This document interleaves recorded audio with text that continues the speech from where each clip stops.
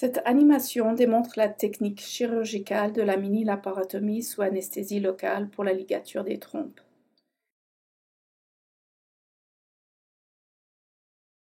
Elle consistera de 9 chapitres démontrant les étapes de la procédure. La préparation, l'utilisation de l'élévateur utérin, l'anesthésie locale, la mini-laparotomie, la localisation des trompes de Fallope, la saisie des trompes, l'occlusion des trompes, la fermeture et les instructions et soins post-opératoires.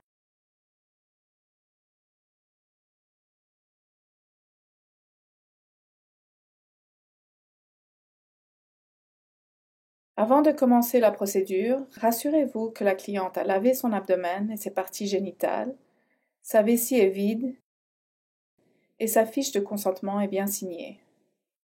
Vérifiez que le plateau d'instruments stériles et le domaine stérile sont préparés. Vérifiez que la cliente est alerte et sait ce qui se passe.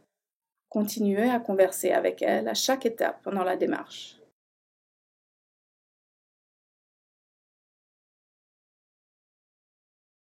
Mettre la cliente dans une position de décubitus dorsal pour faire doucement un examen bimanuel. Ceci déterminera la taille, la position, la forme, la mobilité de l'utérus et toute anomalie pelvienne.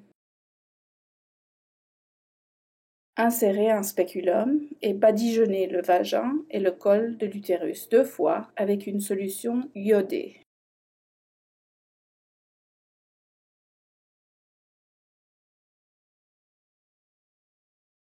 Insérez l'élévateur utérin dans une position normale si l'utérus est antéversé.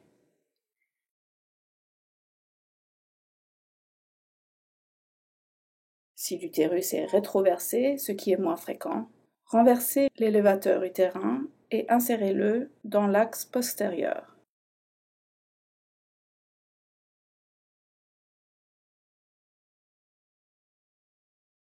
Enlevez le spéculum en laissant l'élévateur utérin en place. Manipulez doucement sur l'élévateur utérin pour identifier le fond utérin. Palpez le fond utérin pour déterminer le site de l'incision.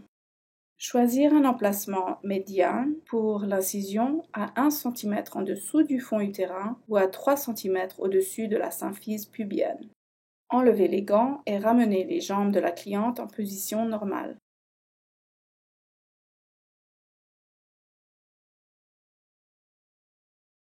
Préparez le site de l'incision en badigeonnant l'abdomen 2 fois avec la solution iodée. Placez le linge stérile et créez un champ stérile. Injectez l'anesthésie locale dans un angle parallèle juste sous la peau et créez un petit bouton. Aspirez d'abord pour éviter les vaisseaux sanguins, ensuite avancez l'aiguille pour injecter couche par couche, suivant les coins d'un diamant.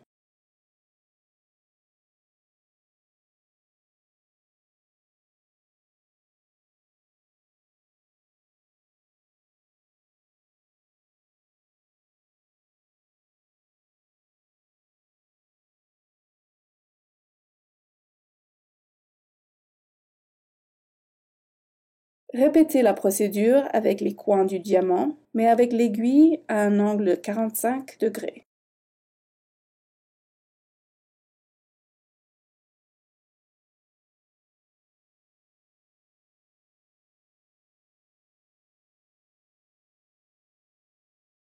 Terminez avec une injection verticale.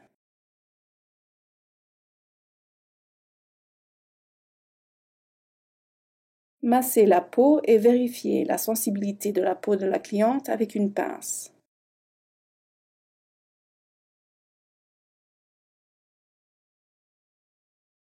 Avec un bistouri, faire une incision transversale de la peau à 3 à 5 cm environ et disséquer le tissu sous-cutané.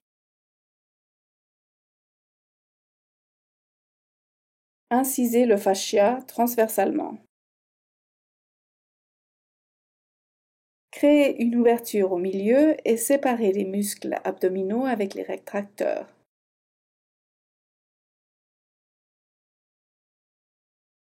Confirmez la couche du péritoine en vérifiant sa caractéristique parente.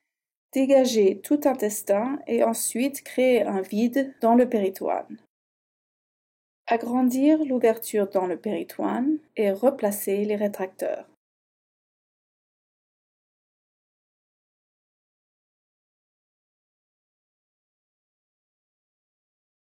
Poussez doucement vers le bas sur l'élévateur utérin pour ramener le fond utérin vers l'incision. Prendre soin en manipulant l'élévateur pour éviter la perforation de l'utérus. Si l'utérus ne peut pas être manipulé, l'élévateur doit être réinséré.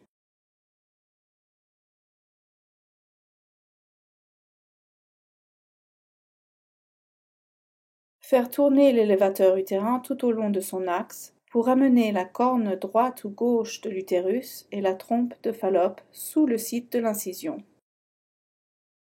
Les fimbrias peuvent ne pas être visibles dues aux adhérences.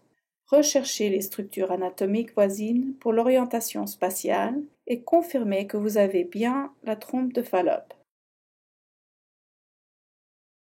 Si la patiente ressent des douleurs, ajoutez de la lidocaïne sur les trompes de Fallope et le ligament large.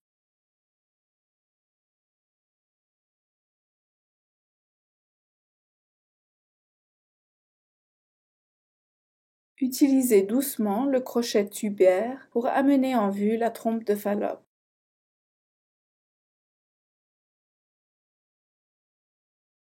Commencez par le fond utérin, faire glisser le crochet vers le bas en utilisant la face postérieure de l'utérus comme guide. Saisir la trompe de Fallope avec un forceps Babcock et la ramener vers l'incision. Ajoutez de la lidocaïne sur la trompe et l'utérus. Identifiez les fimbrias en suivant la trompe jusqu'à son extrémité distale.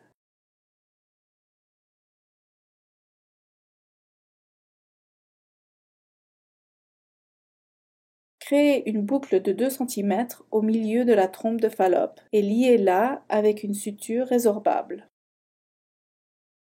Coupez la boucle de la trompe de Fallope avec des ciseaux en tenant toujours sur les fils.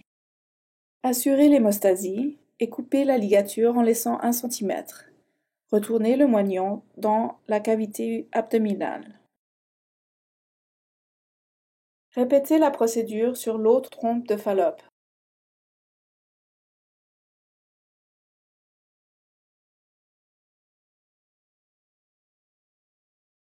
Assurez l'hémostasie avant de fermer le fascia. Suturez le fascia correctement avec des sutures interrompues et en surjet continu pour empêcher la survenue d'une hernie. Fermez la peau avec des sutures résorbables et faire un pansement.